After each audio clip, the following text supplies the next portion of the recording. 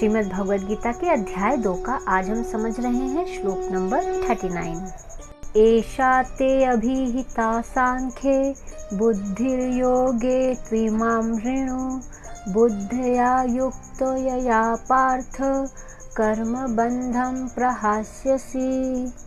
अब हम समझेंगे श्लोक के एक एक शब्द का हिंदी अर्थ। एषा मतलब यह सब, ते तेरे लिए, अभिहिता वर्णन किया गया, सांख्य वैश्लेषिक अध्ययन द्वारा, बुद्धि यानी बुद्धि, योगे निष्काम कर्म में, तू लेकिन, इमाम इसे, श्रेणु सुनो, बुद्धया बुद्धि से, युक्तः साथ साथ या सहित, यया जिससे, पार्थ हे पिता पुत्र, कर्म बंधनम कर्म के बंधन से, प्रहास्यसि मुक्त हो जाओगे। हिंदी अनुवाद। यहाँ मैंने वैश्लेषिक अध्ययन द्वारा इस ज्ञान का वर्णन किया है। अब निष्काम भाव से कर्म करना बता रहा हूँ, उसे सुनो। हे पृथा पुत्र, तुम यदि ऐसे ज्ञान से कर्म करोगे तो तुम कर्मों के बंधन से अपने को मुक्त कर सकते हो।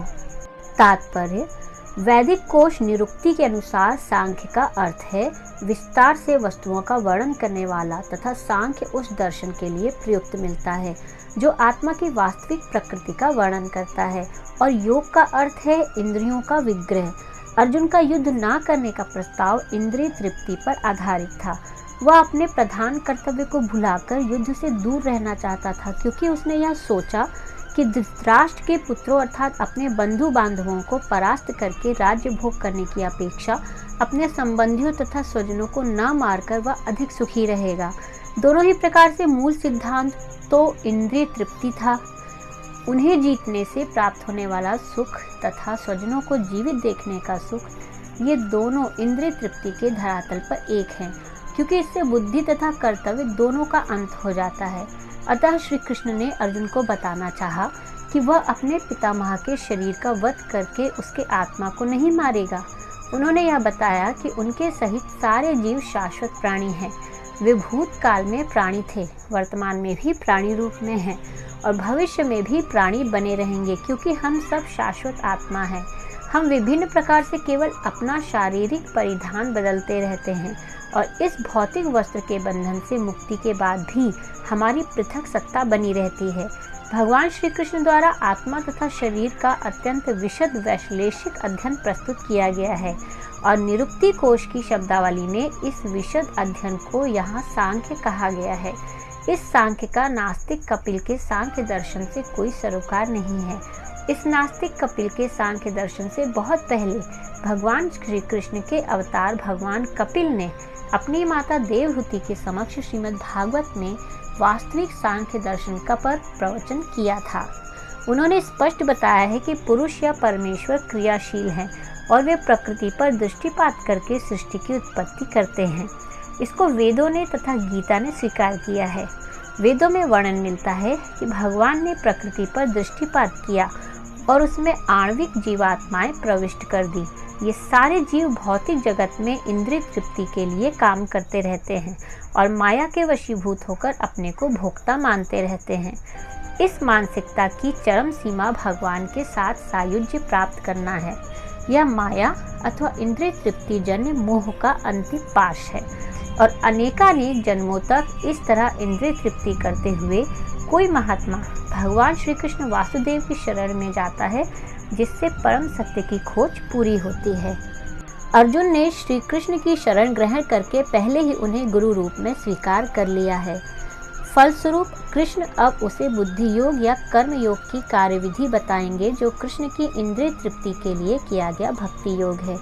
यह बुद्धि योग अध्याय 10 के प्रथम श्लोक में वर्णित है, जिसमें इसे उन भगवान के साथ प्रत्यक्ष संपर्क बताया गया है जो सबके हृदय में परमात्मा रूप में विद्यमान है, किंतु ऐसा संपर्क भक्ति के बिना संभव नहीं है।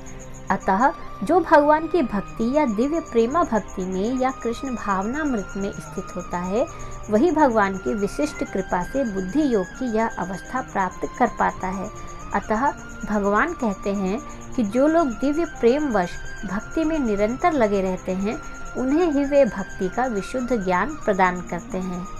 इस प्रकार भक्त सरलता से उनके चिदानंदमय धाम में पहुंच सकते हैं। इस प्रकार इस श्लोक में वर्णित बुद्धि योग भगवान श्री कृष्ण की भक्ति है और यहाँ पर उल्लिखित सांख्य शब्द का नास्तिक कपिल द्वारा प्रतिपादित अनीश्वरवादी सांख्य योग से कुछ भी संबंध नहीं है। अतः किसी को यह भ्रम नहीं होना चाहिए कि यहाँ पर उल्लिखित सांख्य योग का अनीश्वरवादी सांख्य से किस प्रकार का संबंध है। न ही उस समय उसके दर्शन का कोई प्रभाव था और न श्री कृष्ण ने ऐसी ईश्वर विहीन दार्शनिक कल्पना का उल्लेख करने की चिंता की। वास्तविक सांख्य दर्शन का वर्णन भगवान कपिल द्वारा श्रीमद् भागवत में हुआ है, किंतु वर्तमान प्रकरणों में उस सांख्य से भी कोई सरोकार नहीं है। यहाँ सांख्य का अर्थ है शरीर तथा आत्मा का वैश्लेषिक अध्ययन। भगवान श्री कृष्ण ने आत्मा का वैश्लेषिक वर्णन अर्जुन को बुद्धि योग या कर्म योग तक लाने के लिए किया। अतः भगवान श्री कृष्ण का सांख्य तथा भागवत में भगवान कपिल द्वारा वर्णित सांख्य एक ही है। ये दोनों भक्ति योग हैं। अतः भगवान श्री कृष्ण ने कहा है कि केवल अल्पज्ञ ही सांख्य योग तथा भक्ति योग में भेदभाव मानते हैं। निसंदेह अनीश्वरवादी सांख्य योग का भक्ति योग से कोई संबंध नहीं है।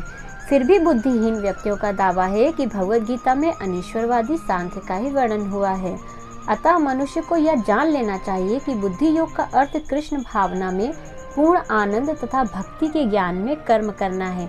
जो व्यक्ति भगवान की तुष्टि के लिए कर्म करता है, चाहे वह कर्म कितना भी कठिन क्यों ना हो, वह बुद्धि योग के सिद्धांत के अनुसार कार्य करता है और दिव्य आनंद का अनुभव करता है।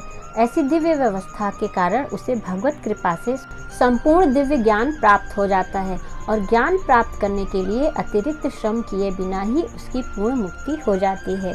कृष्ण भावना भावित कर्म तथा फल प्राप्ति की इच्छा से किए गए कर्म में विशेष तथा पारिवारिक या भौतिक सुख प्राप्त करने की इंद्रिय तृप्ति के लिए किए गए कर्म में प्रचुर अंतर होता है। अतः बुद्धि योग हमारे द्वारा संपन्न कार्य का दिव्य गुण है।